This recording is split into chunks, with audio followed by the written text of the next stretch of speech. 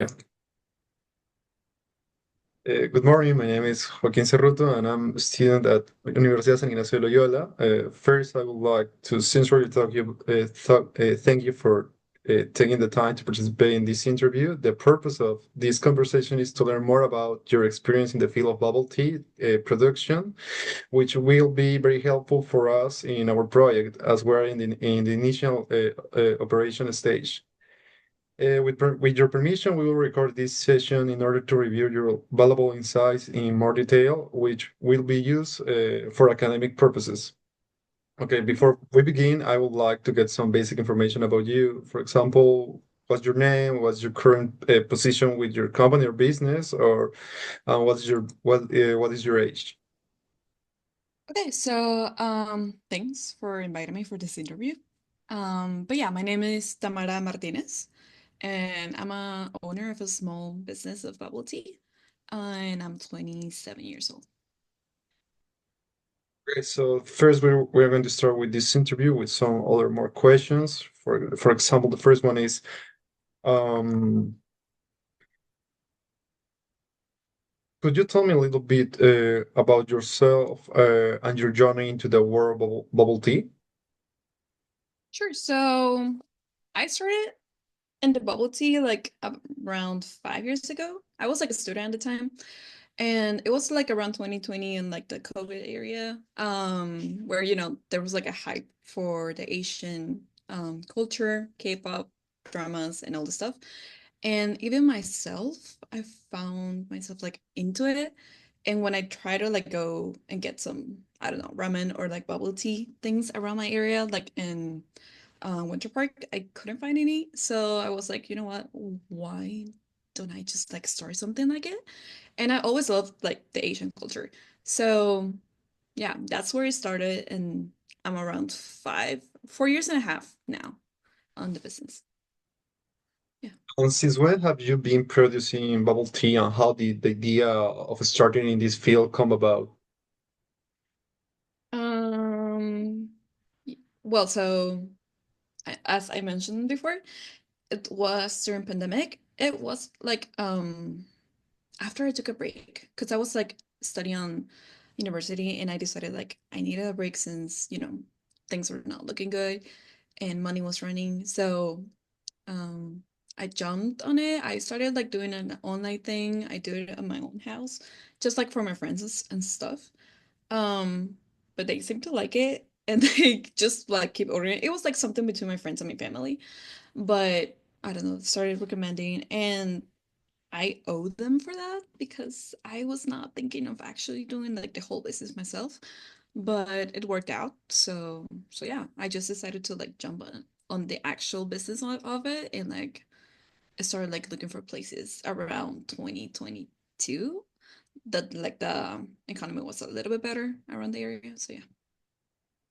And what type of product do you currently offer? I mean, your physical store, however I do have. you. Yeah, so around 2022, I was looking for stores. It was expensive. But we found kind of like a local area where they have like a little bit of restaurants. It is a little bit crowded, but I kind of knew the owner, so that kind of helped.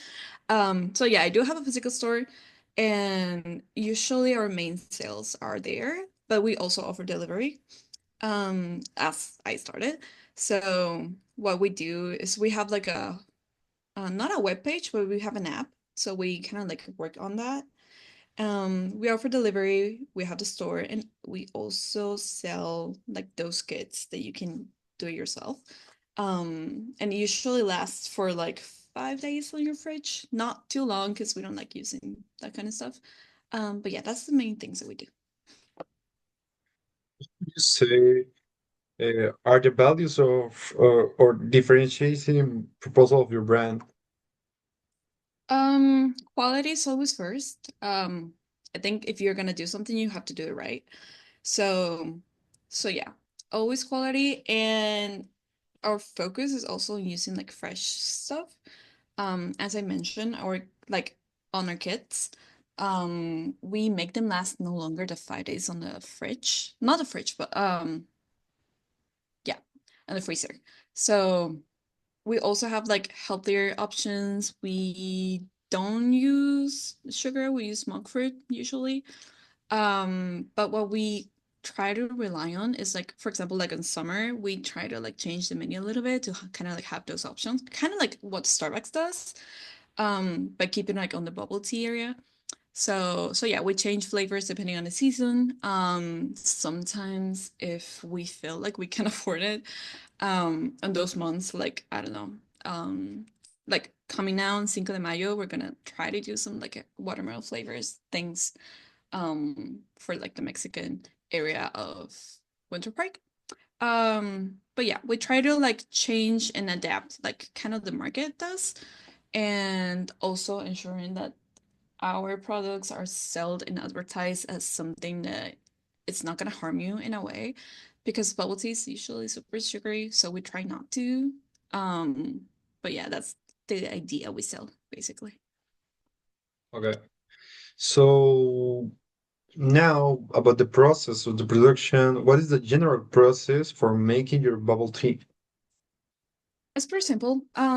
Since we don't storage a lot of our things or like made up things, just like um the raw like the fruits and starch and everything. We cook the tapioca pearls every day. We usually do it in the morning. We brew our tea every single day. Mixed flavors. It's usually like the only thing that we try to do in the day is like cooking the tapioca pearls, and that's like the main thing that we focus on. And I train my employees to do it right because it's a important part of the whole thing.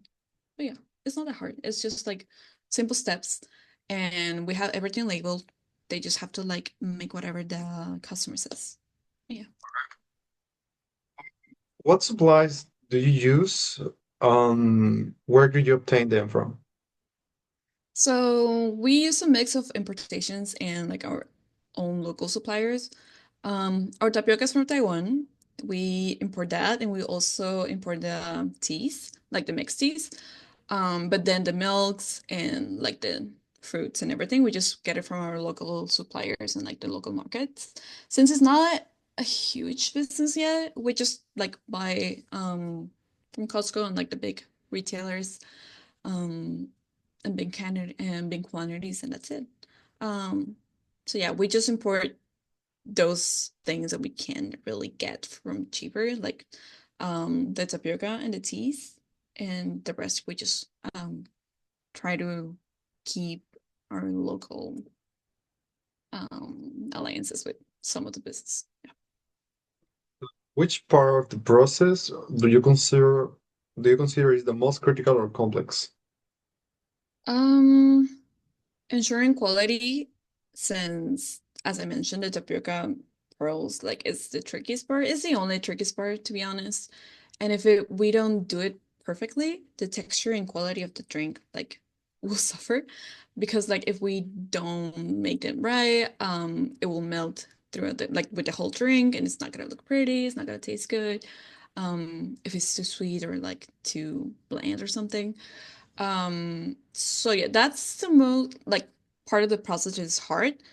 And then I just like make sure to double check with all like every single week we try to like test our employees, making sure that they are doing the things right. That's it.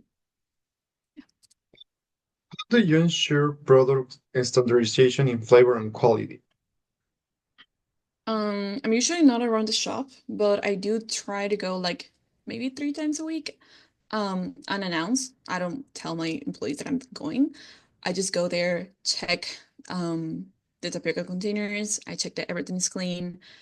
And I think that's what keeps them like they're kind of scared that I just go around. But yeah, I I do trust my employees, but I don't want to like alarm them, tell them that I'm going. So I usually ensure the quality myself. I make sure everything's fresh, and usually I don't close. I'm not around the store, but on my mornings, I like out of the 6 days that we are open, I go like 5 or 4, to check that like everything is like good, like the fridges are in a good temperature and everything. So probably since it's just like a small business, I just go myself and check everything. Um, and I always like make sure that our regulations are in on date. Do you work with fixed or customizable receipts, and why? Recipes? Yeah. Yeah. So we usually have the standard. We offer like 8 different flavors, and we have like our own way of making them, but we also have like a cheat sheet. We have like a description of everything like on the drinks, and we don't have like a menu you can flip it. We usually have it like on display, like on this table. It's like a huge thing. Um, and it could tell you like calories, the sizes, and there's like different additions that you can add, maybe not tapioca, but like the other fruit jellies. We're trying to work with the fruit jellies. We're seeing how it goes. But yeah, we have an option for like, low ice, and more ice. We also have levels of sweeteners. We we also have options for milk, so whatever they want. I know like allergies are very common here. So yeah, whatever they want, we can just make it. We have everything on display, and yeah, it's not a problem if they just want to have the drink less sweet or anything. So yeah. What type of equipment do you need for production? We usually have like a small kitchen setup, just like the standard one. We have one automatic sealing machine. We have our fridges. We have like a refrigerator like there on display, and we also have like the fridges on the back where we store everything for the next day. We have that. We have our blenders, the sink, and nothing much. It's just drinks, so it's not too hard. But yeah. The next question is, how many people do you work with, and how are the roles distributed? We're six, including myself. So I'm the owner. I'm the one that usually goes around everywhere. But yeah, I have 4 people working on the store, and yeah, not at the same time. They just like shifts and they switch shifts and everything. And we have 2 people for delivery. Same thing. It's usually just one around. Um, but they're not gonna work the 6 days a week. So yeah. Um, so yeah, for like the whole organization, they do the drinks. Everyone is trying to do everything. The delivery guys, not honestly, they just like go and deliver. We use motorbikes for that. And yeah, but the 4 people that are on the shop, they can clean, they can make the drinks, they can do the customer service, and they can just check like the whole local if needed. Yeah. Okay. Um, what logistical or storage aspects have been the most challenging? Storage. The storage of like the tapioca bars, we usually don't storage them since we try to like keep them fresh every single day. But sometimes we make like a whole round on the nights and we have some remaining, so we try to keep that for the next morning. If it's not useful, it's like if we cannot eat it, it's going to the trash because we're not gonna compromise like, like our quality. But also the fruits, like in summer and those seasons, we try to go and try more like fruity flavors. And that also sometimes like weather is not too good. And it happened one time that the fridge didn't work. So that could be one of the more challenging things, but it wasn't too bad. So yeah. Okay. This, what are your main fixed and variable production costs?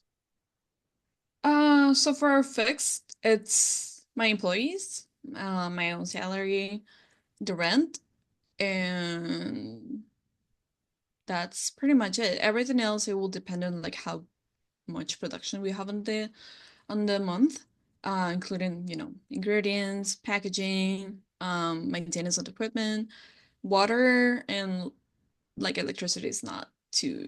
it doesn't like changes a lot through the months, but it is a variable cost.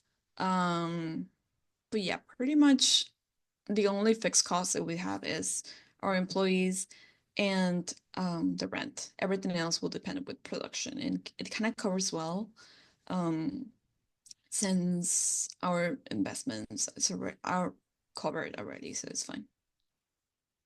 Yeah. So then I wonder, what is your average profit margin per product? So for product, we're doing around 55% of profit, um, which is pretty good. Um, so yeah, it's around 55. Sometimes it goes down to 45, depending on like the month um and around the area. Like usually they close some streets sometimes. But yeah, it's around 50 maybe. So it's not bad. Um, have you conducted any break-even or return on investments analysis? I did myself. But then after like struggling with it, I did hire someone to just like check my numbers, and they estimated around a year maybe for like the for break even. But we accomplished that in 10 months, which was really good. So yeah, after 10 months we managed to break even. Yeah. It was just like to cover like for the motorbikes investments and some initial ones that we had. But now we're good. How profitable is this business today compared to other food sectors? Um, so bubble tea tends to be more pricey. So it's a little bit more profitable in that aspect. Um, and also like since, we always have those kind of like cards that if you come back like for 7 more days, you get a free drink and everything. And we try to like have a good environment so they can sit. Usually they don't. Usually they just grab the drink and go. But we kind of like offer some of like games if they want to rent them.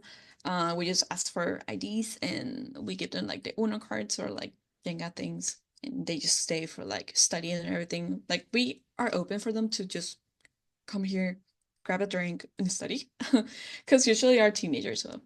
So yeah. I would say it's a good business, depending on the area that you are. If you are the only shop, that's gonna be good for you. But if you're not, then it's gonna be a little bit trickier. But overall, I think it's good. Yeah. How profitable is this business today compared to other food sectors? Mm. Um, it's good, as I mentioned before. Ya lo dijiste. Okay, Así que sorry. vas a tener que cortar eso. How do you set the selling price for your products? I mean, based on internal cost, like I kind of set up a price um to cover from all the costs and get some profit, but checking the other competition, we found that we can charge way more. Um, so yeah, we basically check our own costs and then do like a local market analysis, and yeah, that was it. We just check around all the stores and kind of like set a price around those. Staying in the bubble tea war right now. Mm. Wait, what? I'm sorry, I did not catch what you said. What? What Mm? trends are you seeing in the bubble tea war right now? I'm sorry, I did not hear that again. I think your connection is lacking a little bit. What trends are you Oh, okay. seeing in the bubble tea war right now? Ah, trends. Yep. I see them like they do customization for like not anime, but kind of like those stuffs. Um, I've seen like the thing that they offer like games and everything. I've seen it in like a different store for like in another city that I went. I just like whenever I go around, I try to go to different stores, so kind of like grab some ideas. But like the games things was a good idea, so I just implement that on my business.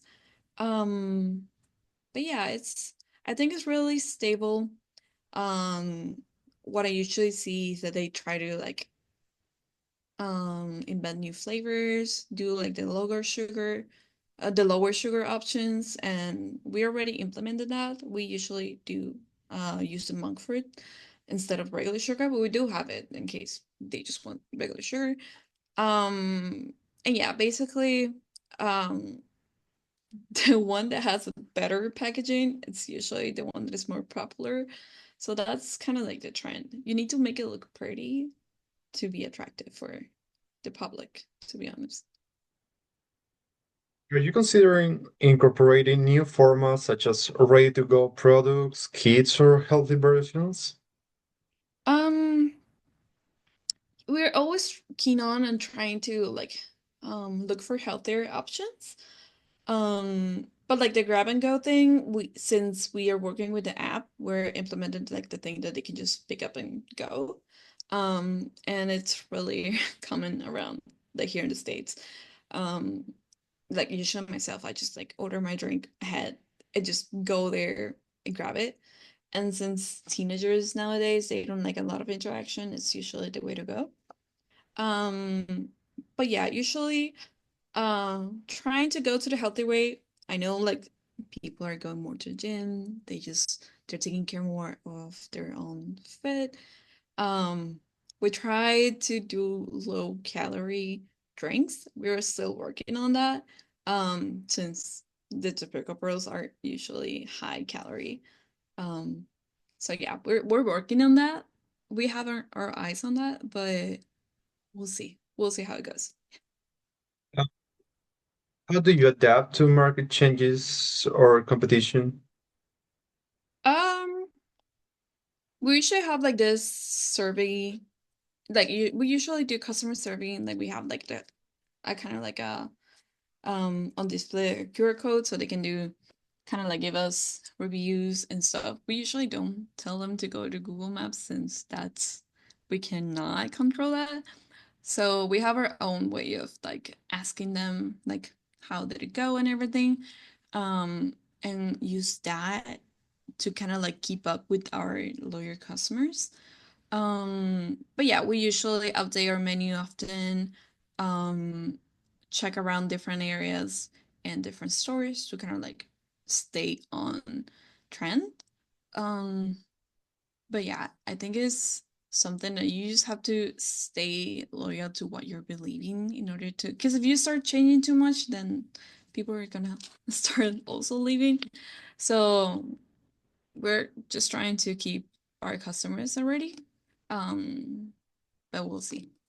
That's pretty much what we're doing right now. Okay, so that's it. Thank you, Tamara, for taking the time to share your experience and your opinion about every question I ask.